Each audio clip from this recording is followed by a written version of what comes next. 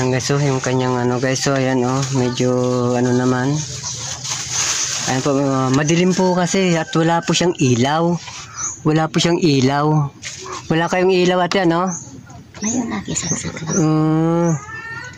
Ang kita niyo po guys, oh, wala po siyang ano. Ayan. At pangarap ko po na magkaroon po siya ng ilaw din, sariling ilaw dito. Gusto ko po siyang makabitan. Sana naman po masuportahan niyo po ako. Matulungan po natin si ate. Matutulungan po natin siya. At tulungan po natin dahil po sa kanyang sitwasyon, sa kanyang kapansanan po. Kaya sa inyo po ako nagtitiwala sa mga suporta niyo at nang matupad po ang pangarap ni ate. Ngayon po ate, ano pong ang ano at ipagbigay po natin alam at lalapit po tayo sa ating mga mabubuting kaibigan na sana'y matulungan po tayo. Ang gusto ko po matulungan ako na mapaayos man po ang akong bahay. Kag yung pagkain namin na minsan kaya hindi ako kumakain kaya kung wala man si Bunso kung hindi baga si anak kong nagpapadala. Opo. Minsan hindi ako kumakain. Makita niyo po kanyang naging kalagayan po sa kanyang ano ngayon mga kababayan. Minsan ninapot man ako sa kapitbahay ko, nagkain na kay ka man sa opo. Maski hindi ako kumakain, nagsabi ako sa ilo, nagkain ako kay nahiya man akong maghingi-hingi. Mahihain kaya ako maghingi-hingi. Sabi ko na lang sa diri ko, bahala na lang sa akon ang Panginoon. Opo.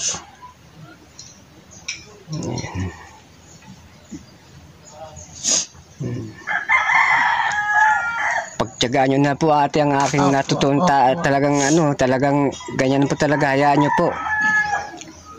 At may awa po ang Panginoon at nandyan po yung mapapanood po tayo ng ating mga kapatiran, yung mga may magagandang kalooban na matutulungan po tayo. Opo, sana nga matulungan ako. Opo. Na itong bahay ko ito ho, pag nag-uulan, nagtuturo man ito ho.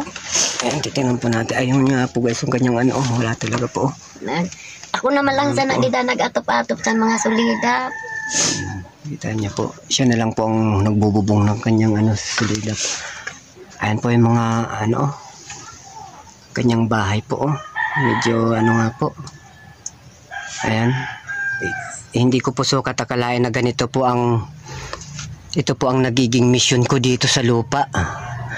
Kaya ito po nakita ko po kasi ang kanyang nagiging sitwasyon, kaya hindi po ako nag-alinlangan na siya po ay mabigyan po ng oras. Binigyan ko po siya ng oras para marating ko po ang kanyang bahay.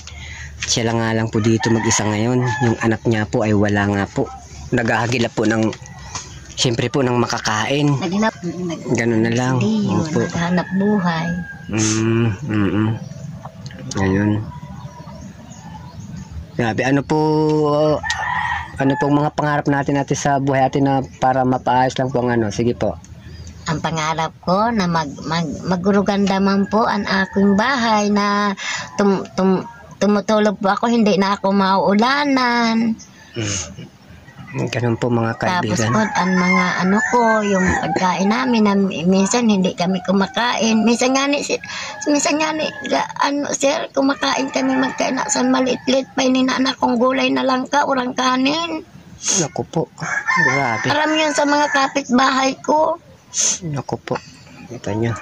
Kaya yung langka ko, minsan dinadala sa lang ko siya sa puno na sa ano, sabi ko, minsan mao ang kinakain namin ito.